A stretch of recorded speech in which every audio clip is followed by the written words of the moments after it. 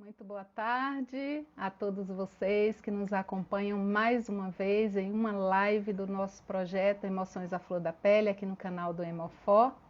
E hoje, mais uma vez, nós vamos ter uma belíssima oportunidade de refletir sobre as emoções na relação com a nossa saúde.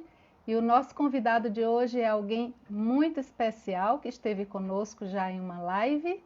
E hoje, a pedido de vocês pediram que ele retornasse, ele vai fazer mais uma live conosco, que é o Agnaldo Paviani, de Votuporanga. E aí vocês vão perceber que tem um probleminha hoje, assim, né? Vocês estavam esperando a dupla Lindomar e Agnaldo, e vocês vão ter Nair e Agnaldo. Nós pedimos desculpas, de fato, quem iria mediar essa live seria o professor Lindomar Coutinho, nosso amigo querido, coordenador também do nosso projeto, mas ele está com a garganta inflamada e aí nós vamos substituí-lo no trabalho, mas estamos contando aí com a presença dele, a participação. Eu já vi que ele já entrou, já está conectado, nos dando todo o apoio, todo o suporte. Para quem está vendo a nossa live pela primeira vez, o nosso projeto se chama Hemofó, Emoção e Formação, é um grupo de pesquisa, de ensino e de extensão, que tem a emoção como objeto de estudo, de ensino e de pesquisa. E, consequentemente, nós também, se é de estudo, também nós estamos aprendendo a lidar com ela. Dentro do projeto Hemofó, nós temos o projeto Emoções à Flor da Pele. Dentro do projeto Emoções à Flor da Pele, nós temos esses encontros semanais, geralmente às segundas-feiras, nesse mesmo horário. Então, sejam todos bem-vindos e bem-vindas, e eu já tenho até um nome para chamá-los, a todos vocês que já nos seguem há algum tempo, que são as hemoformosuras, e agora nós temos uma hemoformosura já entrando para falar com a gente, que é o Agnaldo. Oi, Agnaldo. Olá, Nair, como é que vai você? Tudo bem? Tudo bem. Muito feliz de estar aqui, de poder estar aqui com você em nosso canal mais uma vez. Um prazer também, Nair, falar com você, viu? Eu diria assim, é uma formosura aqui de Votuporanga. Eu gostei. Eu estava procurando um nome para os nossos seguidores, né? Os seguidores do Hemofó. Aí teria que ser um nome que servisse para ele, para ela, para não ter nenhum conflito de gênero. Então, Hemoformosura de Votuporanga, que é o nosso querido Agnaldo Paviani, que para quem ainda não teve a oportunidade de conhecer, tem um excelente sentido de humor. Sempre nos faz refletir e sorrindo, com leveza. Agnaldo, eu vou apresentar você, para quem não te conhece ainda, né? O nosso Agnaldo, querido Agnaldo Paviani, é lá, como eu disse, de uma das terras mais... Diga aí um qualificativo para Votuporanga, porque eu nunca consigo, assim, é uma coisa tão acima que eu não consigo definir Votuporanga. Um dos adjetivos mais usados para Votuporanga é a cidade luz. Por quê? Porque só tem espírito iluminado, gente iluminada, alma boa. Pronto, gente. Então nós vamos ter aqui nessa live uma chuva de luz. E é isso que nós precisamos, especialmente nesse mês, né, de setembro, em que nós lembramos com mais frequência, com mais objetividade, sistematicidade, o projeto, né, aí de combate ao suicídio, né, de refletirmos sobre processos de adoecimento emocional que podem gerar uma depressão, que podem conduzir a um processo, né, de a pessoa querer desistir de viver. Então, Agnaldo, que com sua alegria característica, hoje refletindo sobre o tema, emoções adoecem ou curam? Então, gente, o Agnaldo, ele é psicoterapeuta, é psicanalista clínico, mas ele também tem formação em teologia e, além de tudo isso, é escritor, e os livros dele, no final, nós vamos anunciar que vocês podem adquirir. Vocês podem também aderir ao canal dele e participar e ouvi-lo falar muitas vezes mais. Então, Agnaldo, meu querido, é com você. Fique à vontade. E queremos dar um aviso antes de Agnaldo começar. Nós estamos emitindo o certificado de participação, já que nós somos um projeto de extensão da universidade. Então, quem tiver interesse em obter o certificado de participação, No final, durante 30 minutos, nós mantemos um link para a emissão de certificado. É só clicar, preencher o formulário e receber via e-mail o seu certificado. Vamos, Aguinaldo, fique à vontade, diga para a gente, as emoções adoecem, as emoções curam, qual é essa relação das emoções com a saúde? Muito bem, Nair, queridos amigos, queridos irmãos que estão nos acompanhando. Em primeiro lugar, parabenizar a iniciativa de vocês de fazer esse estudo, essas abordagens a respeito das nossas emoções. Particularmente neste momento tão difícil que vive a humanidade, eu acredito que realmente as nossas emoções estão à flor da pele, sem dúvida alguma. E como você mesma se referiu, essas emoções à flor da pele pode muitas vezes impulsionar as pessoas à depressão e muitas das vezes, infelizmente, ao suicídio.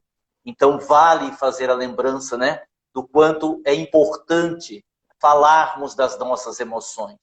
Eu costumo dizer, Nair e queridos amigos que nos acompanham, que se você estiver triste, pressionado, aborrecido, depressivo, lembre-se de uma coisa, nós não somos super-heróis. Mesmo os super-heróis, vou aqui recordar um super-herói da minha infância, mesmo o super-homem, né, que tinha visão de raio-x, capacidade de voar, uma força descomunal, ele ficava frágil, fraco, diante da criptonita, né? E fazendo aí uma comparação simbólica, todos nós temos as nossas criptonitas, todos nós temos os nossos pontos fracos, e às vezes o que nos falta é pedir ajuda, pedir socorro, dizer, olha, eu não estou dando conta, me socorra aqui. Porque muitas vezes nós queremos ser fortes, mas nós não temos toda esta força. Todos nós temos os nossos momentos de fragilidade. Portanto, se você se sente pressionado, se você se sente desanimado de viver, num estado muitas vezes depressivo, peça ajuda. Bem, indo para o tema proposto, emoções curam ou adoecem? Poderíamos fazer uma comparação simbólica e perguntar, comer faz bem ou faz mal? E aí nós vamos responder, depende. Se eu não comer nada ou comer muito pouco, vai me fazer mal. Mas, em compensação, se eu comer muito, isso também vai me fazer mal. Com as emoções, nós poderíamos fazer a mesma linha de raciocínio. Quando nós vamos entender o significado da palavra emoção, nós entendemos que são respostas do nosso interior diante de estímulos, moção, movimento e exterior, ou seja, um movimento para fora, emoção, emoções, movimentos para fora. E esses movimentos para fora tanto podem nos adoecer como podem nos curar. Poderíamos, por exemplo, lembrar inicialmente na nossa exposição que as emoções, elas são naturais. Todos nós temos emoções. E como são naturais, nós precisamos vivenciá-las. Nós precisamos experienciá-las. Hoje em dia, sabe, Nair, a gente tem observado que as pessoas têm uma pressa, uma precipitação para os chamados anestésicos, que vão desde os remédios até a bebida alcoólica, muitas vezes as drogas, justamente para anestesiar determinadas emoções que são dolorosas demais. E aí talvez nós cometamos o maior dos nossos erros, porque uma emoção, para que haja o aprendizado, para que haja o crescimento, ela precisa ser vivida, experienciada, para que haja esse entendimento interior. Você pega, por exemplo, o luto, que é um fenômeno psicológico natural. Quantas vezes as pessoas, para não viver a dor do luto, buscam estes anestésicos. E é uma pena, porque ao fazermos isto, nós deixamos de crescer com aquele momento. Sim, admitimos, doloroso, mas necessário. Ainda esta semana eu conversava com uma mãe, uma jovem senhora que perdeu seu filho, que tinha 20 anos de idade. E num dado momento da conversa, claro, sofrendo muito, com o rosto banhado em lágrimas, ela me pediu, por favor, me tire esta dor que eu estou sentindo. E eu disse para ela, é impossível. É impossível porque todos nós viveremos as dores pertinentes àquelas que nós teremos que viver no dia a dia de nossas vidas. Eu posso amenizar, eu posso consolar, eu posso trazer à senhora palavras de estímulo, mas não posso lhe arrancar a dor que a senhora está sentindo agora, a dor da perda do filho. Entendendo esse universo, Nair, das emoções, nós poderíamos dizer que o que adoece ou o que cura não é exatamente a emoção, mas como eu conduzo ou como eu canalizo a emoção que eu estou sentindo.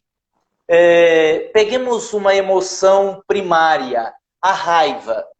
Todos nós sentimos raiva.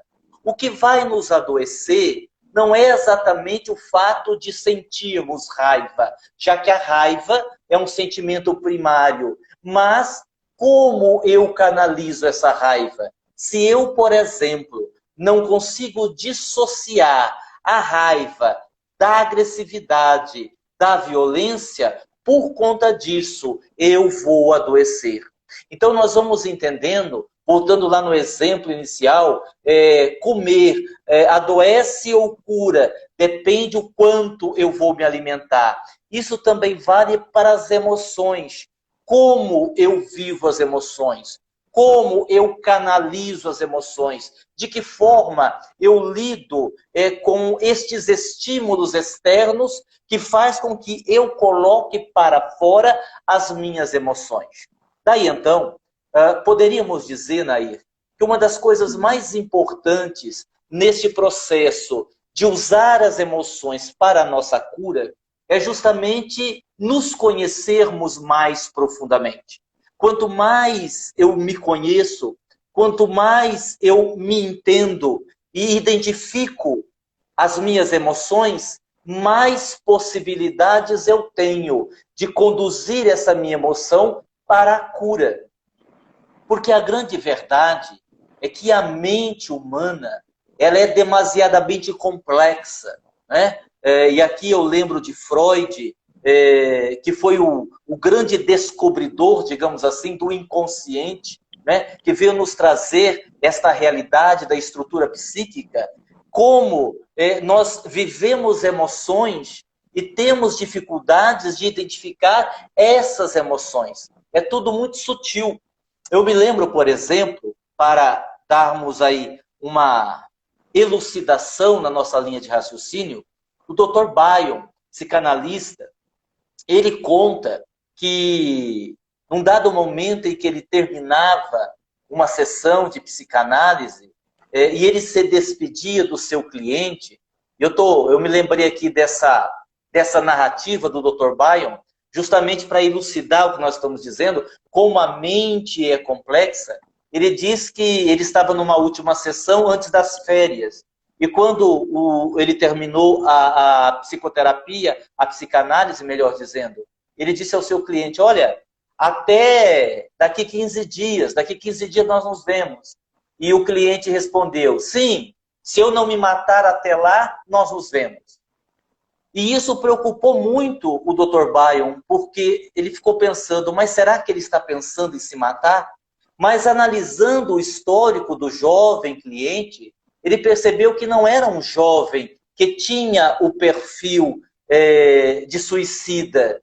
E analisando com mais calma, aquele jovem houvera sido uma criança que por algumas vezes havia sido abandonado pelo pai e pela mãe. E agora, para não experimentar de novo a dor do abandono, quando ele disse assim ao psicanalista: se eu não me matar, nós nos vemos daqui a 15 dias.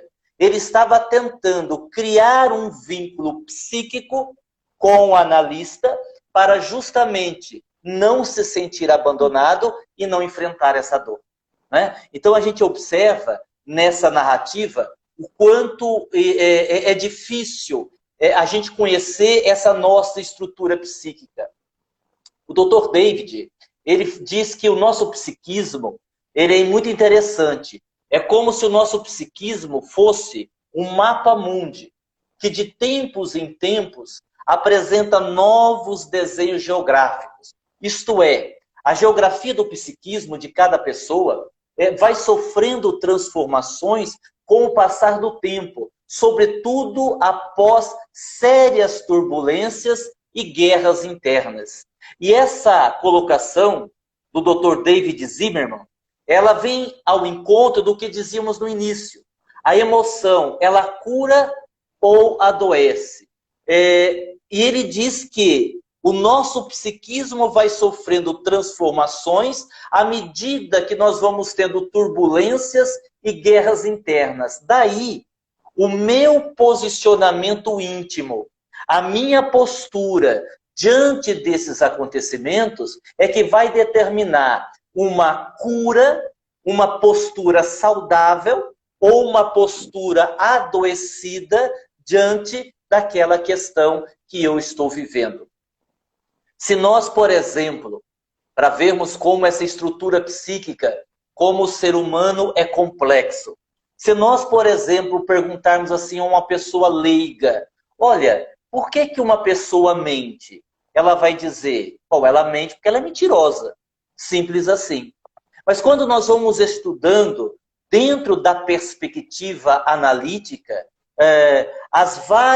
os vários motivos que levam uma pessoa a mentir, nós vamos descobrindo que existe a mentira comum, que é aquela mentira ligada à hipocrisia social. Nós vamos descobrindo que existe a mentira para evitar sentir uma vergonha, que existe a mentira maníaca, essa vem lá da infância, da época de criança, quando a criança tentava triunfar sobre os pais, a mentira que decorre de uma cultura familiar, a mentira que acontece para evitar o contato com a verdade, a mentira que é fruto de uma inveja, a mentira com a finalidade estruturante, assim por diante.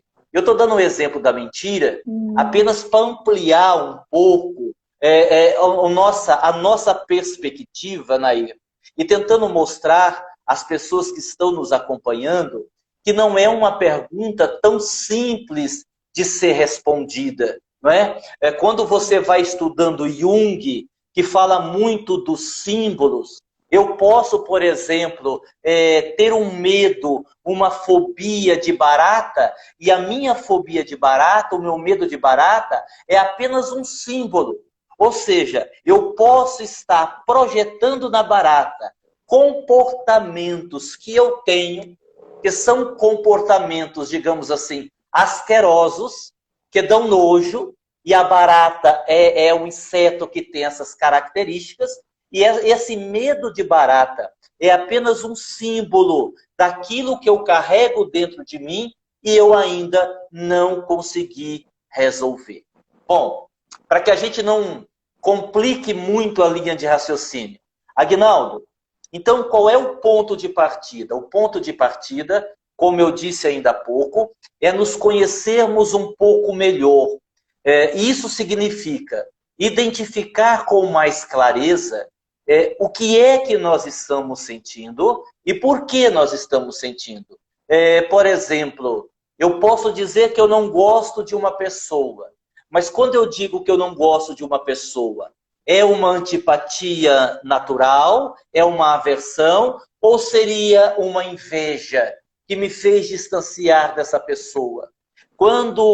E nós vemos muitos casos assim, alguém tem uma busca incontrolável pelo prazer. Isso é uma busca pelo prazer ou é o resultado de um vazio existencial? Quando a jovem busca o seu príncipe encantado Isto é buscar a sua cara metade ou é uma idealização? Quando eu digo que eu gosto de amar sem limites, isso é uma coisa boa ou retrata a minha carência? Quando eu digo que tenho uma dificuldade em amar o meu parceiro, isso é um problema do parceiro ou são traumas que eu trago da minha infância? Lembrando Freud, se nós formos falar de casal, Freud dizia que quando um casal vai para a cama, 6 pessoas vão para a cama, né? Porque é todo o contexto do pai, é muita gente indo para a cama, muita gente indo para a cama. E você veja, Nair, que James Holland, ele costuma dizer assim, em um dos seus livros, ele diz assim, aquilo que não temos consciência nos possui. Né? Aquilo que não temos consciência nos possui. Daí porque eu estou usando essa linha de raciocínio. Eu tenho um amigo, médico, que ele faz uma pergunta que a princípio parece estúpida. Ele pergunta assim, quando você sentiu raiva, o que é que você sentiu? E parece uma pergunta estúpida, porque quando eu senti raiva, obviamente eu senti raiva. E ele depois explica dizendo assim, não, às vezes a raiva é um sentimento que veio depois. Você talvez teve um sentimento, uma emoção antes e depois sentiu raiva. Então você pode ter sentido uma inveja, você pode ter tido o seu orgulho ferido, o ego ferido, e a partir daí você sentiu a raiva. Bem, o que nós podemos dizer? Como disse certa vez Fernando Pessoa, se eu pudesse dizer aquilo que nunca te direi, tu poderias entender aquilo que nem eu sei. Né? E eu acho que esta fala sobre as emoções, ela é mais ou menos nessa direção. Eu diria assim, Nair, vamos imaginar as emoções como um rio que flui.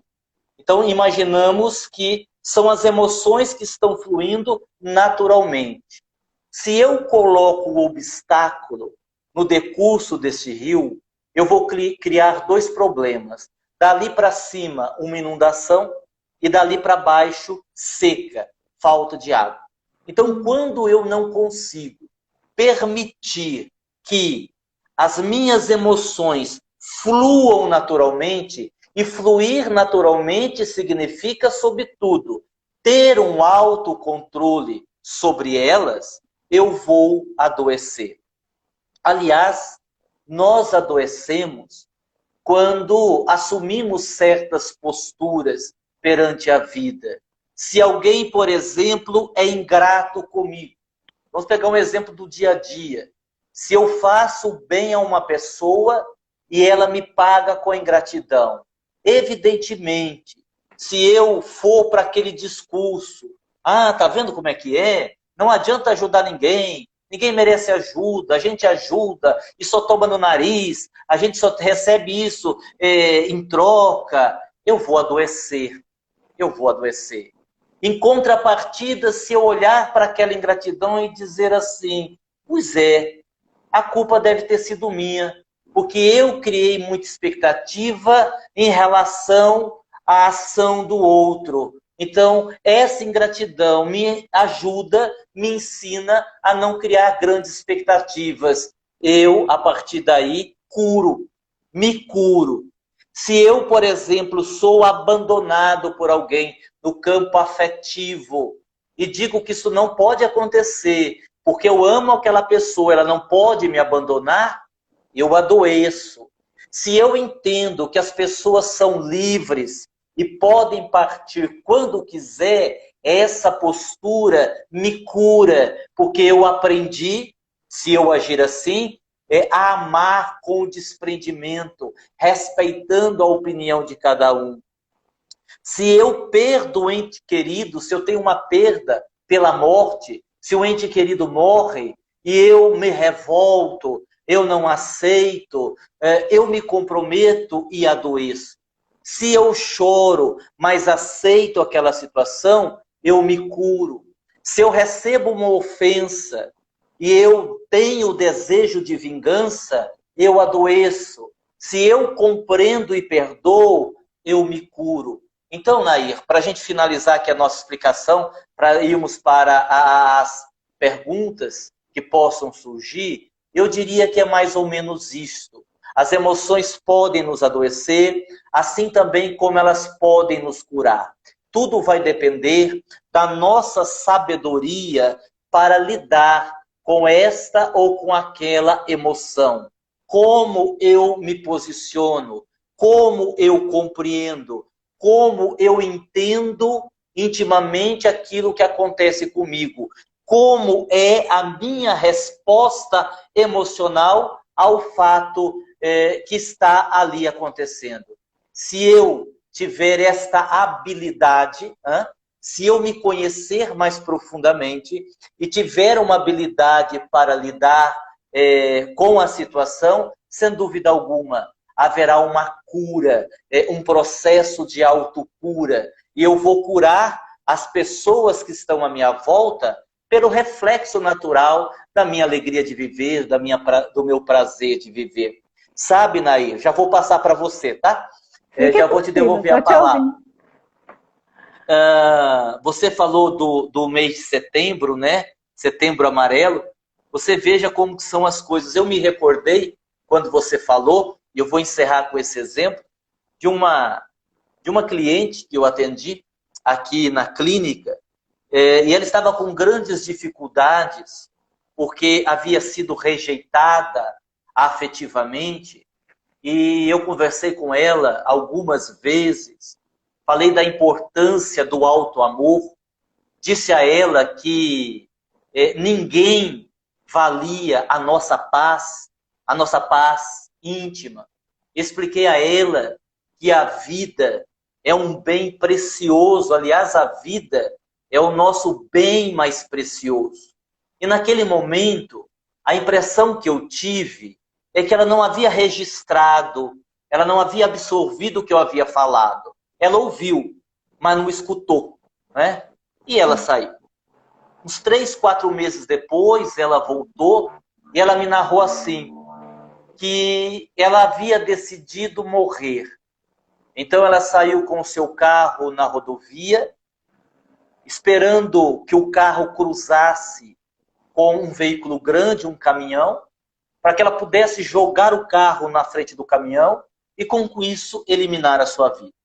E ela me narrou que quando ela viu um veículo de um grande porte se aproximando, ao qual ela então colocaria em ação o seu plano, veio à sua mente aquilo que nós havíamos conversado sobre a vida ser um grande presente de Deus. Veio à mente dela, segundo ela mesma me contou, essa ideia de que a vida é um bem muito precioso. E veio à mente dela, isso que eu achei interessante, que se ela conduzisse, se ela desse cabo do seu plano de se matar, ela estaria sendo extremamente egoísta, porque ela não estaria pensando nas pessoas que a amavam e que, com certeza, iriam sofrer muito com uma morte tão trágica. Então, ela repentinamente tirou o carro da rodovia, jogou para o acostamento e ali se acalmou e nunca mais pensou numa atitude de tirar a própria vida. Então, eu diria assim, agora para finalizar de verdade o meu comentário, tudo passa nessa vida. Então, vamos aprender a educar ou reeducar as nossas emoções. Vamos aprender a tirar proveito dos nossos momentos dolorosos. O que é que a vida quer me ensinar com isso? O que é que eu preciso aprender com esta situação? Qual é a parcela de responsabilidade que eu tenho no processo que está acontecendo? Se eu consigo fazer este raciocínio, eu tiro proveito daquela situação e a emoção, por mais dolorosa que seja, irá nos curar, porque eu terei aprendido com ela. Muito bem. Tem gente aqui, Agnaldo, que a partir do desenvolvimento do tema, né, que você ofereceu, sumamente complexo, mas de forma muito acessível à nossa compreensão, que está se sentindo a vítima, como era, meu Deus? Me sentindo a vítima da barata, sem comentários. Pois A é, meu vítima querido. da barata, muito A bom. vítima da barata é um dos nossos objetivos, quer dizer, o nosso objetivo maior, né, com esse programa, esse projeto que nós iniciamos no início da pandemia, foi justamente promover espaços de compartilhamento de emoções, de experiências e de conhecimento, para que a gente aprenda a lidar melhor com as emoções, porque as emoções fazem parte de nossa natureza, mas a gente sabe tão pouco sobre elas. E às vezes a gente se vê na escuridão, porque a gente está agindo de Sim. forma automática e não se dá conta, não entende por que nós estamos sentindo o que estamos sentindo, onde isso pode me levar, como eu posso conhecer isso e dominar melhor. Então, esse é o nosso objetivo central, né? Então, vamos... É, Pode falar. não, eu só ia acrescentar no que você está falando. Ainda sexta-feira passada eu fazia uma palestra, e a palestra, o tema da palestra era uma pergunta: mudanças. Por que resistimos tanto? E é uma coisa interessante, né? Porque muitas das vezes nós resistimos, e o próprio Freud já falava da resistência lá nos primórdios da psicanálise. Por que nós resistimos? Porque, né, Naí, tomar contato com as nossas emoções, externar as nossas emoções, normalmente é um processo muito doloroso. E isso acaba nos inibindo de ir adiante. Daí porque a gente racionaliza muito. Às vezes eu pergunto assim para uma pessoa, o que é que você sente sobre isso? E ela imediatamente, racionalizando, diz assim, olha, eu penso, eu acho, eu acredito. Não, não, não, não. O que é que você sente? O que é que você está sentindo dentro? Como dói, a gente às vezes, mesmo sabendo da importância, evitamos o contato. Exatamente. Então vamos a algumas perguntinhas aqui para você. Vamos A lá. primeira delas, como é que a gente pode dissociar aí a raiva da agressividade? Muito bem. Vamos imaginar o seguinte. Se eu fico com raiva, é porque alguém tentou me fazer algum mal, tentou prejudicar-me de alguma forma. E eu tenho várias formas de reagir. Estamos falando da emoção que adoece ou da emoção que cura. Se eu, no meu caso, por exemplo, isso iria acontecer. Eu sou italiano, então eu falo muito com as mãos e quando fico nervoso, fico vermelho, né? Não tem jeito de não perceber que eu não fiquei nervoso. Quando eu me altero emocionalmente, quando eu ergo meu timbre de voz, quando a minha raiva faz com que eu agrida também verbalmente, eu comprometo. Eu comprometo o meu equilíbrio, eu comprometo a minha saúde mental, eu comprometo a minha saúde física, porque o meu coração vai disparar. Eu vou ter todo um processo de impacto. Por quê? Porque a minha raiva, ela foi para onde? Ela foi para a agressividade e para a violência. Ah, Aguinaldo, então o ideal é engolir e ficar quieto? Não. Porque se eu engulo a raiva, ela, digamos assim, ela congela. Pode. E ela congelando, ela vira mágoa. Né? Eu vou adoecer do mesmo jeito. A ideia é que eu responda àquela agressão de uma forma muito natural, sem me alterar. Vou te dar um exemplo. Vou te dar um exemplo ainda dessa semana. Eu conversava com uma jovem e ela estava muito alterada emocionalmente. Eu disse, o que é que aconteceu? Ela disse, um absurdo. O meu colega de trabalho me passou uma cantada. Você acredita? Me chamou para sair. E eu disse, o que é que você fez? Eu quebrei o pau, eu xinguei ele, o que eu tinha na mão eu taquei. Olha, foi um horror. E ela estava toda descompensada. E aí eu disse assim a ela, olha, tudo desnecessário, não precisava nada disso. Bastaria você olhar para ele, dar um sorriso e dizer assim, meu filho, não tem espelho na sua casa? este corpinho aqui, nem na próxima encarnação você vai ter. Você o colocaria no seu devido lugar e não se exaltaria. Então, Nair, para a pessoa que fez a pergunta, não é que eu não tenha que reagir, é a forma como eu vou reagir. É igual quando você precisa dizer alguma coisa a alguém. Às vezes o que você vai dizer está certo, mas você diz da forma errada e diz na hora errada. E aí você estraga tudo. Então, eu posso reagir sem me exceder. E aí, então, a minha raiva, ela será canalizada. Muito boa saída. Então, nós temos aqui vários feedbacks, né? Um deles muito boas as reflexões que você trouxe, que nós precisamos sempre, em caixa alta, pensar nessas coisas. Então, muito bem. E uma pessoa que também acabou de perder a mãe, né, por conta da Covid, disse: estou vivendo isso, equilíbrio. Deixar o rio fluir de modo necessário e salutar. E aí temos uma outra pergunta, Aguinaldo. O que desencadeia a emoção, seja ela positiva ou negativa, são os fatores externos? Sim, os fatores externos, como nós dissemos logo no início, nos estimulam. Na verdade, as emoções, elas são reações que ocorrem a partir de fatores externos.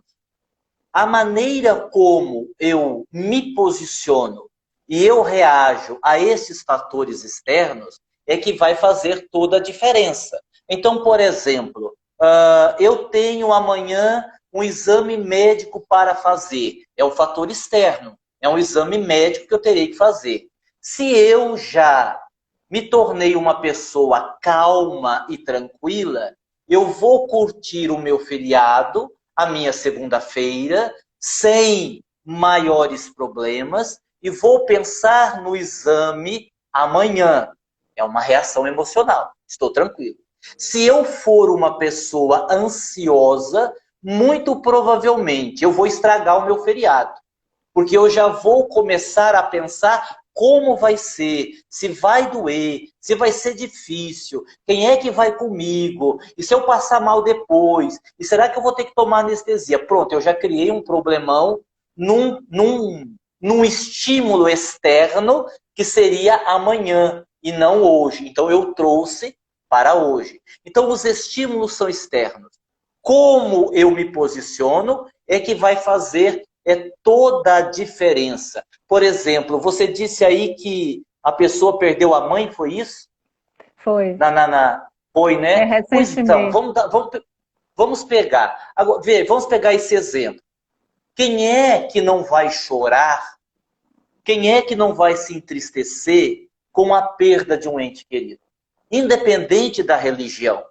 Mesmo aquelas pessoas que acreditam que a morte não é o fim, mesmo essas pessoas, vejamos, haverá uma separação. A pessoa que eu posso tocar, que eu posso abraçar, que eu posso beijar, não está ali mais do meu lado. Agora veja, se eu choro, mas aceito, a dor fica menor. Se eu choro, mas entendo, absorvo que a morte é um processo que faz parte da própria vida, eu lido com aquela situação dolorosa com mais ânimo. No entanto, se eu não aceito, se eu acho que aquilo não poderia ter acontecido comigo, eu caio na armadilha da revolta. E posso ainda cair na armadilha da depressão e entrar numa depressão profunda. Então veja como é uma questão íntima de cada um o resultado das nossas emoções, para o bem ou para o mal. Para o mal. Fizeram aqui uma analogia bem bacana. Ó, a expectativa é igual paçoca, do nada esfarela tudo. É verdade. Uma boa comparação. Tem outra pergunta. A cura ou adoecimento pelas emoções é uma escolha simples? De forma alguma. De forma alguma. O problema é que nós não temos outro caminho. A cura das emoções adoecidas, elas vão acontecer a partir do momento que eu decido fazer o autoenfrentamento. E aí eu dividiria em duas etapas. O autoconhecimento, para que eu possa identificar o que eu preciso corrigir na minha rota, o que eu preciso melhorar, o que eu preciso ver de uma outra forma, e a reeducação emocional, que é justamente o processo de eu conseguir me posicionar de uma forma diferente, perante mim mesmo, perante aos outros e perante a vida. E este processo, normalmente, é extremamente doloroso. É muito difícil da gente fazer. Até porque uma das coisas mais difíceis que existem é mudar comportamentos, é mudar pensamentos, é modificar os nossos padrões. Porque no decorrer da vida, e às vezes, são padrões estabelecidos desde a nossa infância.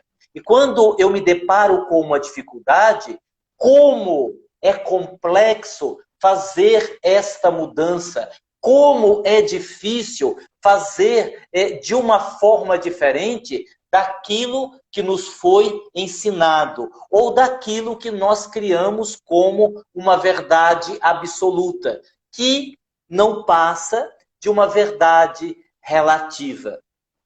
Eu atendi uma jovem uma vez, vejam só, a gente vai dizer assim, uma coisa boba entre aspas, não é?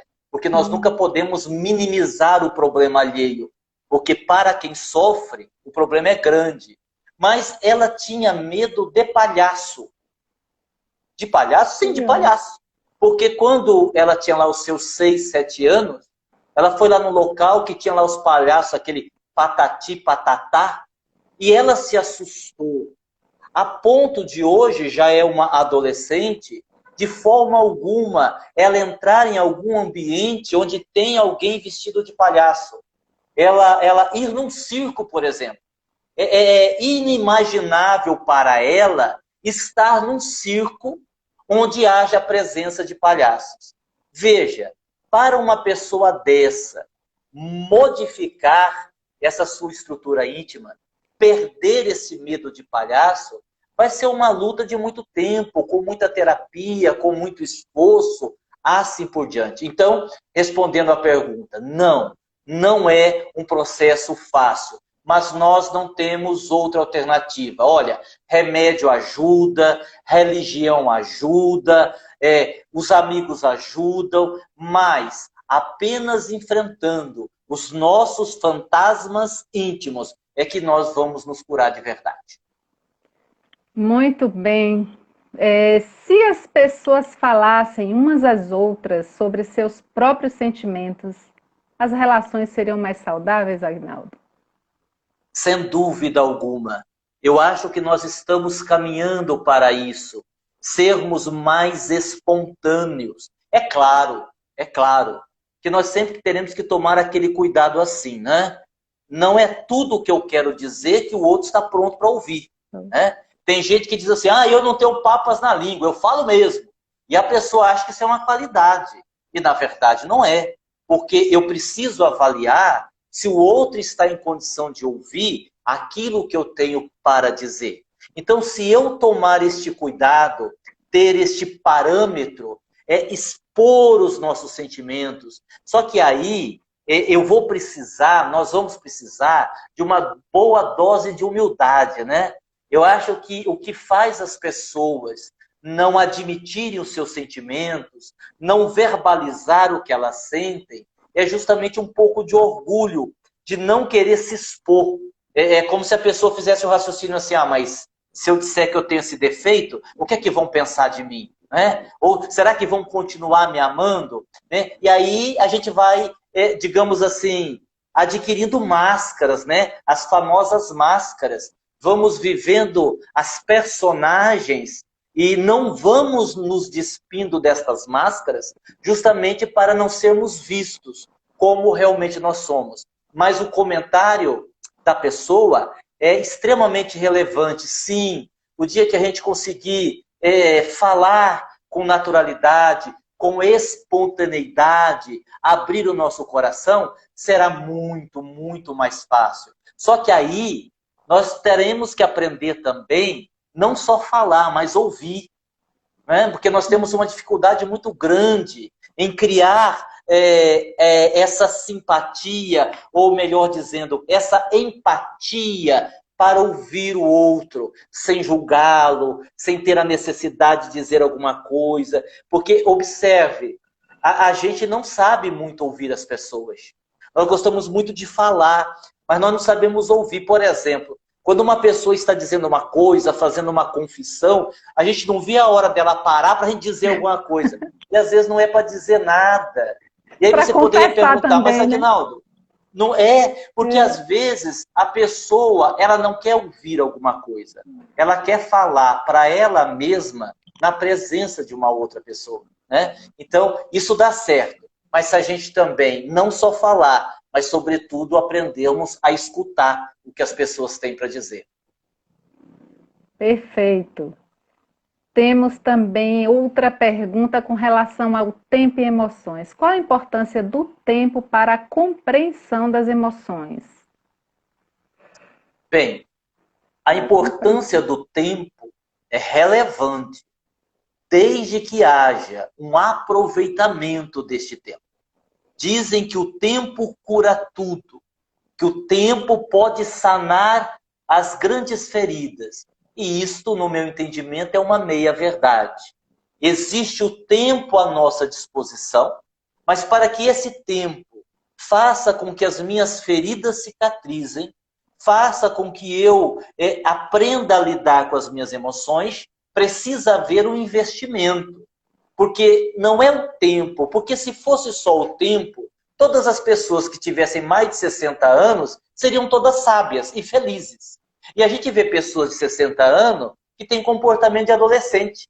São tão imaturas quanto um adolescente de 18, de 17 anos. E a gente vê muitas vezes um adolescente de 17, 18 anos que tem muito mais maturidade do que uma pessoa mais idosa. Então, não é o tempo, é o meu aproveitamento do tempo. É quando eu vou me tornando sábio ao lidar com as oportunidades que o tempo vai me oferecendo. Teoricamente, quando nós passamos dos 40, dos 45, dos 50, coisa que eu ainda estou longe de atingir, né? Eu falo de ouvir falar, porque eu ainda tenho 22, mas quando a gente chega aos 40, aos 45, teoricamente, há um certo amadurecimento, porque nós já teremos, teoricamente, perdido algumas ilusões nessa faixa etária. Mas, na prática, a gente observa que não é bem assim. É igual quando algumas pessoas dizem assim, olha, a dor nos faz evoluir. Nem sempre. Nem sempre. A dor me faz evoluir se eu aprender aquilo que a dor quer me ensinar. Senão eu vou sofrer e não vou evoluir. Aliás, ao contrário, eu posso até comprometer ainda mais a minha vida, se eu me revoltar, se eu não aceitar aquela situação. Muito bem. Temos uma outra perguntinha. Ui, para onde foi parar? Bom, e temos alguns comentários, né, sobre o perdão é maravilhoso, é cura. Mas tem um comentário que eu achei bem interessante, talvez aí você possa fazer algum comentário sobre o comentário, porque talvez esteja remetendo a um processo de culpa, quando diz só não passa o mal que fazemos aos outros, quando você disse tudo passa. E aí eu acho que foi nesse momento a pessoa colocou que só não passa o mal que fazemos aos outros. Como fazer que o mal que nós fazemos aos outros passe, não passa, passa? Eu agora formulei uma pergunta sobre o comentário. Sim, olha, passa, isso também passa. Se você me permite, vou aqui citar uma frase cristã, eu não sei que quem faz o comentário é cristão ou não, mas Jesus disse certa vez que Deus quer a morte do pecado, não do pecador. Quando nós erramos com os outros, quando nós fazemos algo que nós não deveríamos fazer em relação a outra pessoa, claro, nós sentimos culpa. Mas a culpa não serve para que a gente fique nos sentindo a pior das pessoas.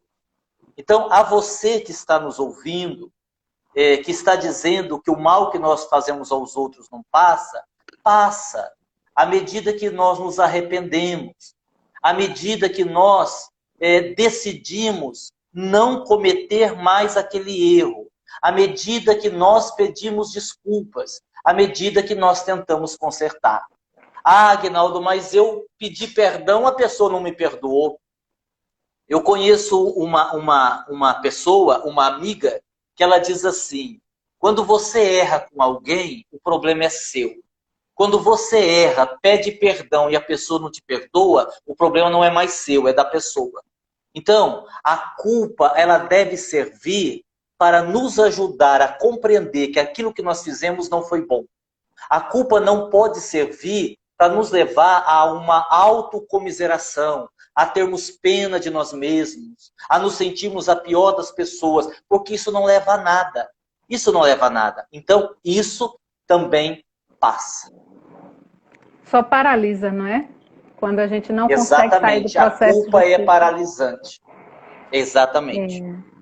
Aí tem uma outra pergunta. Existe espaço na sociedade para as pessoas emotivas? Geralmente, elas são vistas como frágeis e, para evitar esse rótulo, muitas pessoas preferem reprimir seus próprios sentimentos. Sim, exatamente. É como se elas colocassem uma armadura, não é? Para não expor os próprios sentimentos. Olha, eu não sei se existe espaço na sociedade, porque nós vivemos numa sociedade, digamos assim, um tanto que conturbada. Nós vivemos numa sociedade em que os valores morais estão um tanto que invertidos, sem queremos aqui fazer um discurso moralista, não se trata disso. Mas eu preciso pensar o seguinte: o que é melhor para mim? Eu não posso pensar no que é melhor para o outro. Será que vão aprovar o meu comportamento? Será que a sociedade vai aprovar? Será que vão gostar de mim se eu me mostrar como eu realmente sou? Então, se eu começar a fazer estes questionamentos, a minha tendência vai ser me fechar. A minha tendência vai ser assim, criar aquela armadura. Então, eu vou agir segundo os padrões da sociedade. Só que aí eu vivo a pior da solidão, que é a solidão que me faz distanciar-me de mim mesmo. Então, eu acredito assim, que nós temos que fazer um esforço para estarmos em paz com a nossa própria consciência e sermos quem nós somos. Ah, mas as pessoas emotivas são vistas como pessoas frágeis. Pois é, mas isso é muito relativo, porque conta a história que Jesus chorou por muitas vezes. Ele chorou por muitas vezes. Quem disse que as lágrimas, elas retratam apenas a fragilidade e a fraqueza? Não, não.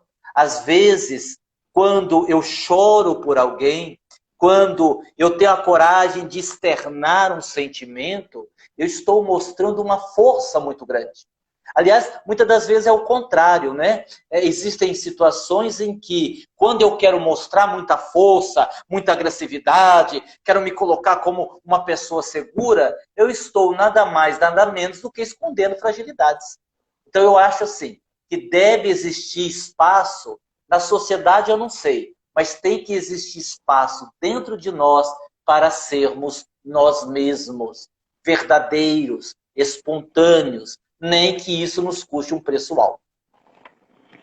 Ainda cabia a gente refletir sobre o que é que se está chamando, né, de emotivo, né? O que é que a gente Tem entende isso por também. emotivo? Emotivo é quem Exatamente. expressa as suas emoções, quem fala das suas emoções, é quem vive com as emoções à flor da pele, e aí por isso é chamada de emotiva. Só por uma questão de ordem, como nós temos muitas perguntas, eu vou te fazer aquela consulta habitual. Se a nossa live cair, você ainda dispõe de tempo ou a gente ajusta para concluir? Que hora que nós temos aqui? Eu só lhe lembro que hoje é feriado.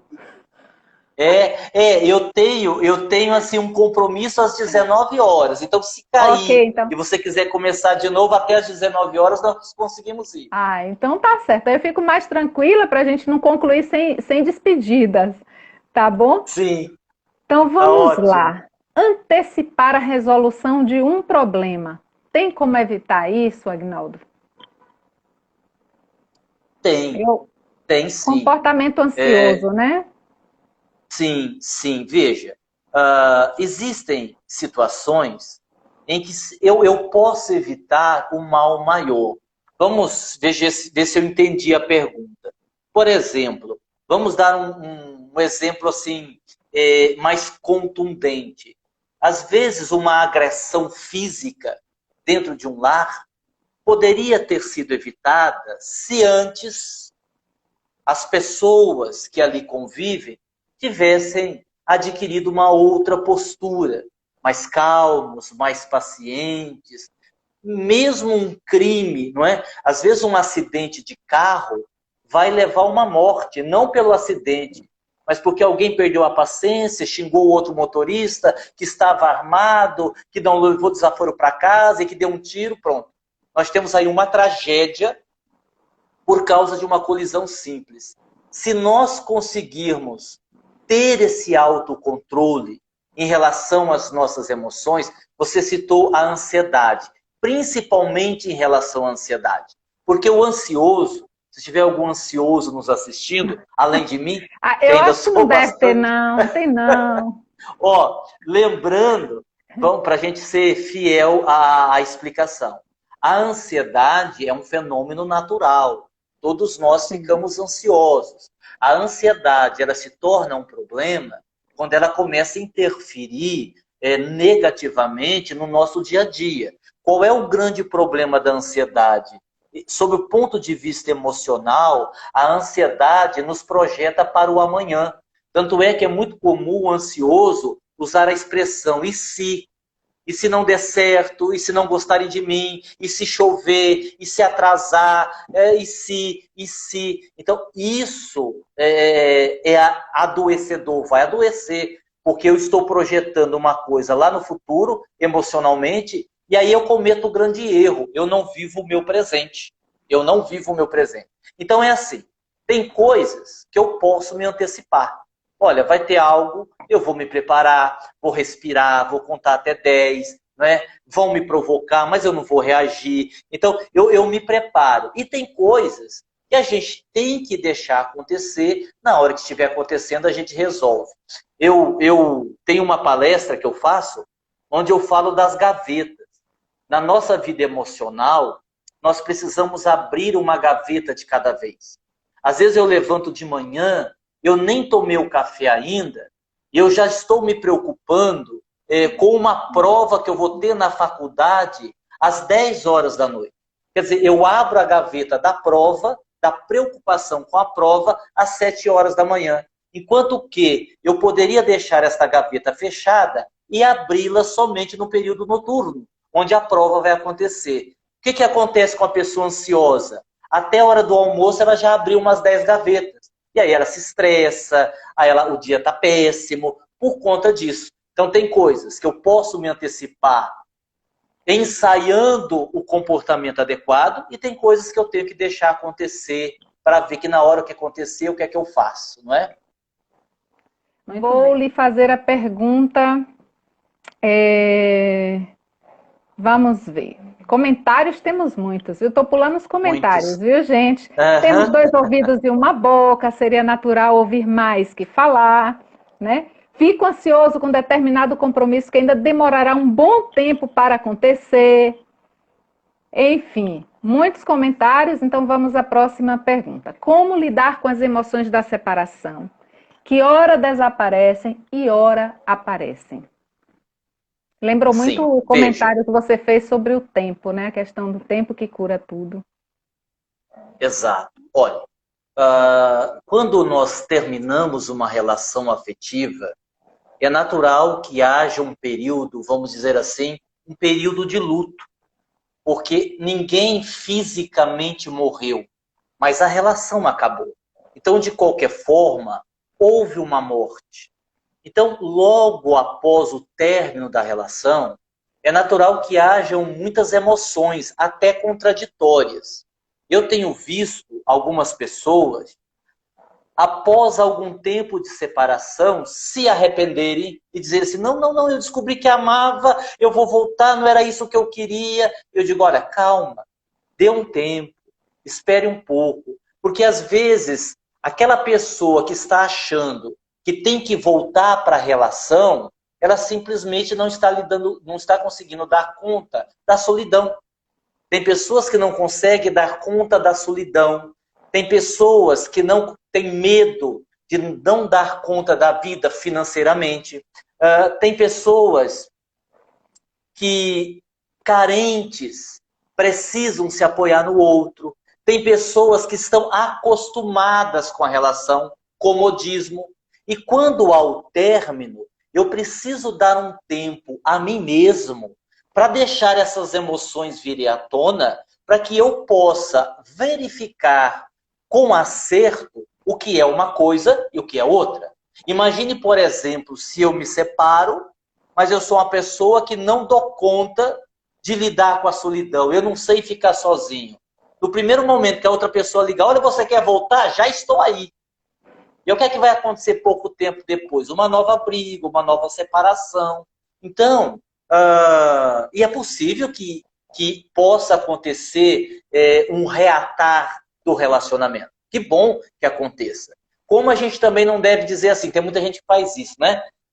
Se separa num dia e no outro já está com outra pessoa. Para mostrar ao meu ex o que é que ele perdeu, que eu consigo coisa muito melhor. E a tendência é que isso dê uma confusão danada, né? Porque eu estou querendo apenas preencher um espaço. Então eu diria assim, para a gente resumir a resposta.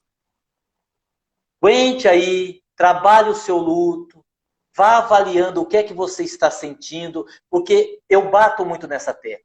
O que é que eu realmente estou sentindo? É a falta da pessoa que estava comigo? É a minha carência? É o meu medo da solidão? O que é que eu estou sentindo? Isso é tão complexo que outro dia eu conversava com uma pessoa que estava num casamento literalmente falido.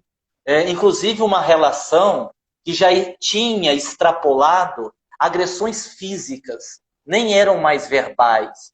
E quando eu perguntei assim à pessoa, e por que é que você se mantém numa relação dessas? Ela me respondeu, porque eu aprendi com a minha mãe que casamento é para sempre.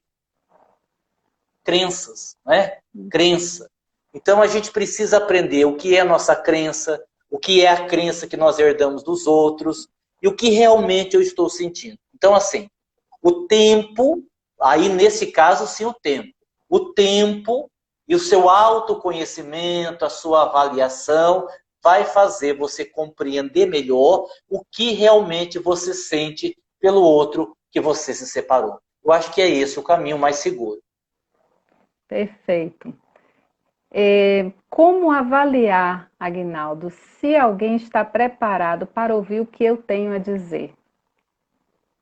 É a Muito bem. pergunta que te fizeram É a aqui. pergunta. Deixa eu dizer, antes de responder essa pergunta, eu preciso fazer uma observação.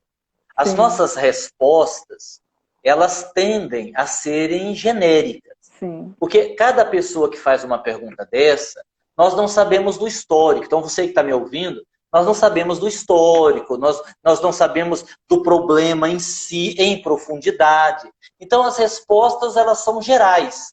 Cada um que absorva e avalie a sua situação, né? Porque nós não temos como conhecer todo mundo individualmente para dar uma resposta acertada. Como saber se a outra pessoa está pronta para ouvir o que eu tenho para dizer? Bom, nós partimos do pressuposto que você conheça minimamente a pessoa e, conhecendo minimamente a pessoa, você saiba até onde você pode ir, né? Até onde você pode aí dosar o que você precisa dizer a ela. Eu, como psicanalista clínico, nos atendimentos do dia a dia, a gente vai conhecendo o cliente e vai fazendo justamente essa avaliação. Então, você tem situações, determinados clientes, que o melhor é você dizer e pronto, ele vai pensar. Tem outros clientes que você precisa dar o tempo para que ele amadureça e tenha condições de compreender aquela situação. E tem outros, e essa é uma metodologia que eu gosto muito de usar, em que a pergunta ela é muito bem-vinda. Talvez essa pessoa que fez a pergunta, se ela tiver dúvidas, em vez de você jogar uma resposta, uma verdade, faça uma pergunta. Vou dar um exemplo. Outro dia, num atendimento, eu sabia a resposta, mas eu deduzi que a pessoa não estava pronta para ouvir o que eu tinha a dizer, porque ela trabalhava muito profissionalmente, das 6 da manhã às 10 horas da noite, né? E ela trabalhava muito, muito, muito, e achava isso natural. E na conversa, eu identifiquei por quê. Mas em vez de dizer para ela o porquê, quando estava quase terminando a consulta, eu perguntei assim a ela: do que é que você está fugindo? Ela: como? Do que é que você está fugindo? Eu fugindo, mas eu... Olha, nosso tempo terminou. Mas não, nosso tempo terminou. Na próxima sessão a gente volta a conversar. E aí ela mesma ficou trabalhando naquela pergunta, ficou trabalhando naquela pergunta, ficou trabalhando... E na próxima sessão ela mesma já tinha a resposta. Então, às vezes, a gente pode jogar uma pergunta e deixar que a própria pessoa chegue àquela conclusão. Aliás, isso é até mais saudável, né? Porque não é também a nossa função dizer às pessoas como elas devem proceder, o que elas têm que fazer. Uma coisa horrível de se dizer para os outros: olha, se eu fosse você, não diga isso, porque você não é ela é ela, você é você, né? Então, eu acho que seria mais ou menos por aí. E muitas vezes, se eu fosse você, eu estaria na mesma dúvida e também não saberia o que fazer. Porque Pois muitas é, vezes a gente se coloca no exatamente. lugar e, estando na situação, a gente também não saberia ou não faria a melhor opção. Outra Sim, questão sim. que te fizeram: como orientar alguém que já sabe qual a emoção que causa adoecimento, mas não consegue administrá-la, fazendo desencadear problema orgânico? Bem, aí não tem jeito, não é? Nós não podemos salvar as pessoas que nós amamos. Nós estamos aqui na Terra para salvar a nós mesmos, digamos assim. E nem isso nós estamos dando conta de fazer. As pessoas, elas mudam quando elas querem mudar. Ou diante de uma dor muito grande, elas acabam elaborando essa transformação. Agora, a gente insistir na mudança do outro é, digamos assim, no mínimo arriscado, né? A pessoa está perguntando o que fazer, como orientar, se a pessoa já sabe. Pois é, ela já sabe. Ela já sabe que aquela emoção não lhe faz bem. Ela já sabe que aquilo lhe adoece. Quando eu recebo, vou usar esse exemplo, o cliente, para que eu possa atuar como psicoterapeuta, eu logo na primeira sessão digo assim: olha, a terapia é uma via de mão dupla. Eu vou e você vem. O que eu vou te ajudar aqui é o teórico. Da porta para fora é com você. Então, o psicanalista, o psicoterapeuta, o psicólogo pode ser o melhor do mundo. Se não houver uma participação efetiva da pessoa envolvida, nós não chegaremos muito longe. E isso serve para as relações com as pessoas que nós amamos, não é? Os familiares. Não adianta. A gente pode convidar, a gente pode estimular, a gente pode dar o exemplo, mas a mudança é da pessoa, é do indivíduo. E isso é intransferível. Muito bem, que a gente pode dar estímulos, né, Agnaldo? Sim, Como sim, recebemos também. exatamente. Vou te fazer só mais 3 perguntinhas, depois eu libero você para o seu Tá compromisso. bom, tudo Chorar bem. muito representa um desequilíbrio das emoções? Chorar Então, muito. aí nós vamos para aquela relatividade que você mencionou, não é? É relativo. O que seria chorar muito, né? Por que eu estou chorando, né? Então aí a gente teria que saber do caso em particular para poder dizer, porque às vezes também, olha como isso é relativo. A pessoa é muito eufórica e aquela euforia é um disfarce da sua depressão, né? Então tem isso também. Não dá para responder essa pergunta de forma objetiva. Talvez sim, talvez não. Mas não dá para para ser assim fiel na resposta. Fica muito difícil. Eu estava aqui me lembrando, enquanto li a pergunta, né, que o choro é uma das formas mais primárias de expressão das emoções. Às vezes a gente usa o choro porque a gente ainda não sabe expressar as emoções de uma outra forma. Não aprendeu outras vias de canalização, de comunicação emocional, e aí pode ter ficado preso, e aí por toda e qualquer emoção, seja ela positiva ou negativa, às vezes a gente responde com o choro, mas só um comentário mesmo, Exato, porque exato. O seu comentário é muito oportuno, né? É igual você pegar um bebê que chora, todo bebê chora.